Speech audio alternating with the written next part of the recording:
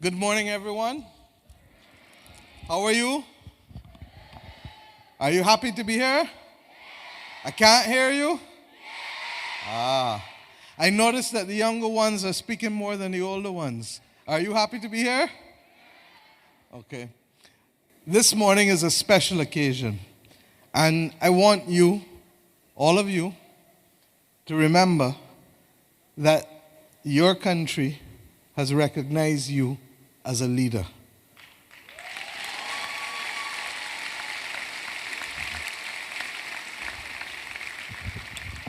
But leadership carries with it not just the acclaim that you got and the applause and the clapping. You liked the clapping just now when you came up, correct? But it isn't just about that. It's also about the obligation that comes with leadership. And being a leader means, first and foremost, that you have to know right from wrong. You understand that? Right from wrong. Being a leader means that you have to care about others and make sure that if you see somebody being unfair, that you're prepared to stand up and defend them when it happens. Sometimes in school you see people being bullied, correct? That's not good, is it? So how are we going to get over and to tell the others that you don't treat them that? How many of you went to Sunday school and heard, do unto others as you would what? Can't hear you. Let's go again. Do unto others. And that's the golden rule, because it's the rule you must walk with every day and every night of your life. And sometimes it's hard to say or step in, correct? But just because it's hard doesn't mean that you don't do it. And as you get older, you understand that in life you make choices, but every choice has a consequence. And what I want you to remember is that you have to own both the choices and the consequences in your life. And that's what becoming an adult is really about, in part. Because you get the right and the freedom to choose. There was a time when we couldn't guarantee all human beings had freedom. Many of you have done history, not true? So you know there was a time when men and women were not necessarily free. And when freedom is embraced, freedom carries with it those responsibilities that I'm talking about. If you have a house and you just leave it and you don't fix it and you don't paint it and you don't deal with the maintenance, it starts to fall down. How many of you exercise? And you exercise because you want to keep your body fit, correct? It's no different about the other things in your life. Mentally, you need to keep your mind fit. You need to keep your body fit. You need to put into your family and your community and your country to keep it fit. And therefore, leadership is about understanding how you can do all of that. Leadership is also about being able to inspire others to do something that you want to do with a common mission, correct? So that your ability to be able to engage and talk with, not talk to or at, but talk with people. And to remember that not everybody has the same attributes, not everybody looks the same way, not everybody can do the same things, but everybody is worthy of our respect and our care.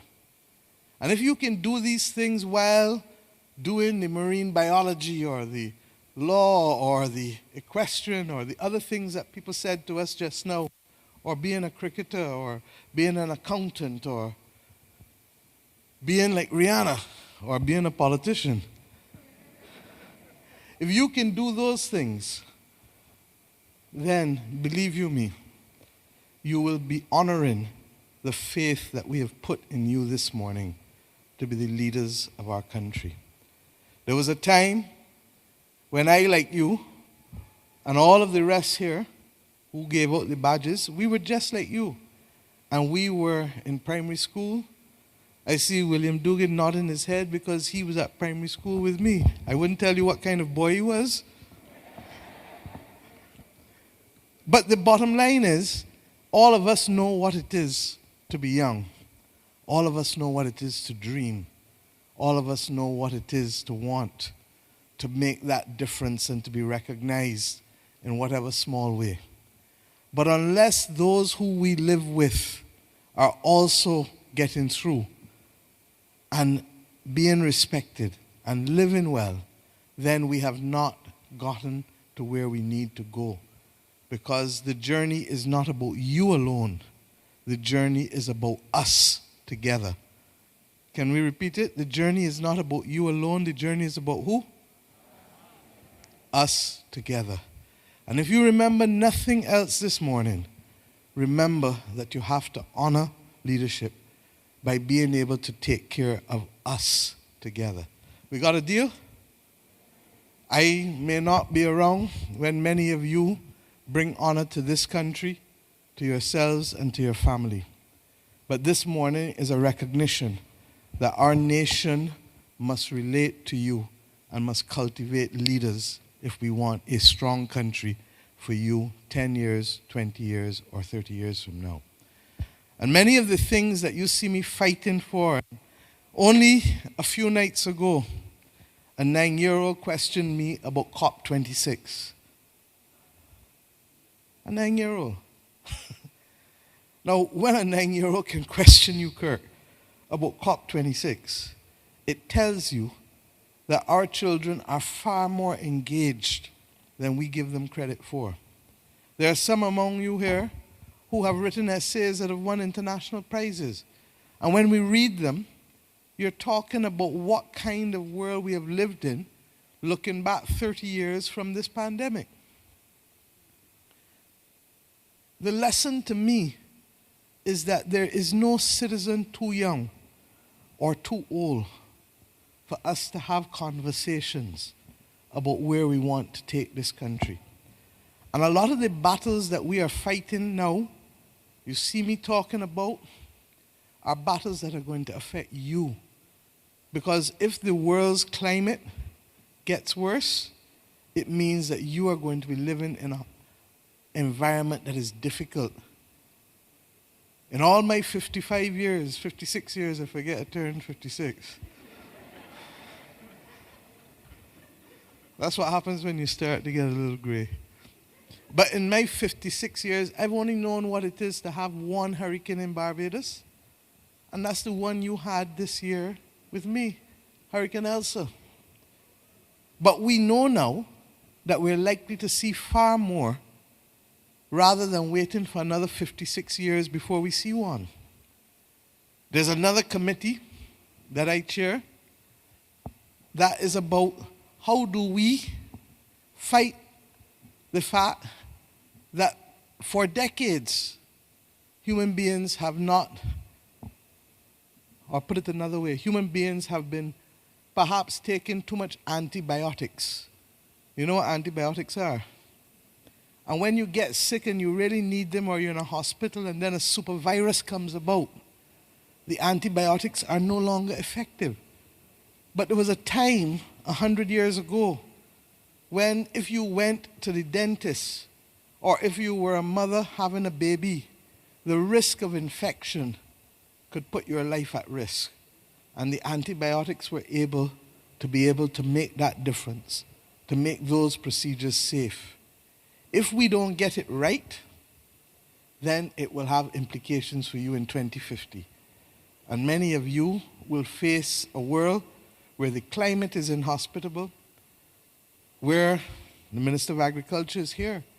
In 60 years' time, the United Nations is saying that the soils that grow our food will not have the nutrients necessary to provide the food. So we have a duty as a small state. No matter how small this country is, you can go, as Rihanna has shown us, to be at the top of the world and be respected by billions of people. If you do the things that can command their respect and that can endure. And we have battles to fight to protect you and your families and your children and your grandchildren. And in the same way, these adults that you see here have accepted the mantle of leadership to make it a better and safer world for you. I want you to walk from here on in, however young you are, however old you are, to remember that you are leaders of Barbados and that what is required of you is to help build this nation. And while you are not yet in the cabinet or the head of the firms of the country or the head of the labor movement of the country, that what you still have to do is to play your part, because leadership is not a one-man show or a one-woman show. It is collectively about how we work together. And that is why I ask you to remember those two words, us together.